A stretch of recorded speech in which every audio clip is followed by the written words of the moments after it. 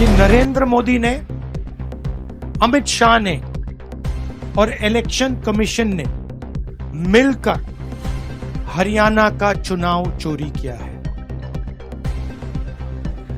और मैं आपको कह रहा हूं और सबूत के साथ हमने कहा कि लोकसभा में इन्होंने चोरी की, महाराष्ट्र में इन्होंने चोरी की, मध्य प्रदेश में चोरी की, छत्तीसगढ़ में चोरी की और अब इनकी पूरी कोशिश है कि ये बिहार का चुनाव भी चोरी करके ले जाएं।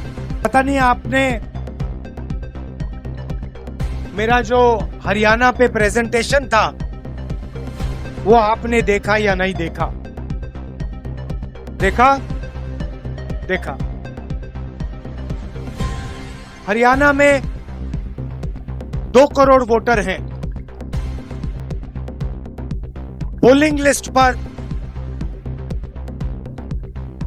25 लाख से ज्यादा फर्जी वोटर थे।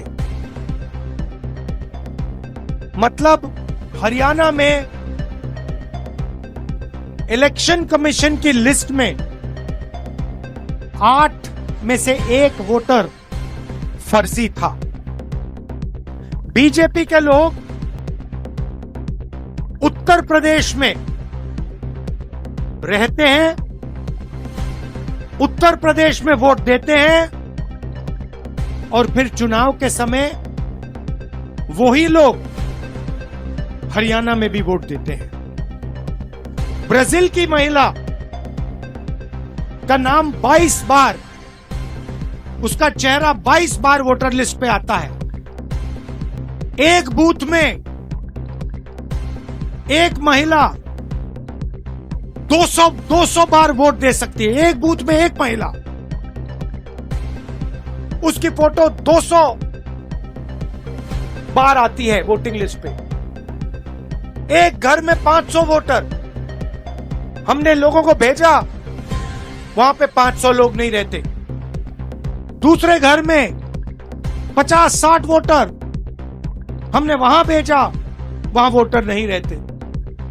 भाई और बहनों, मैं गारंटी करके आपको कह रहा हूं कि नरेंद्र मोदी ने, अमित शाह ने और इलेक्शन कमीशन ने मिलकर हरियाणा का चुनाव चोरी किया है।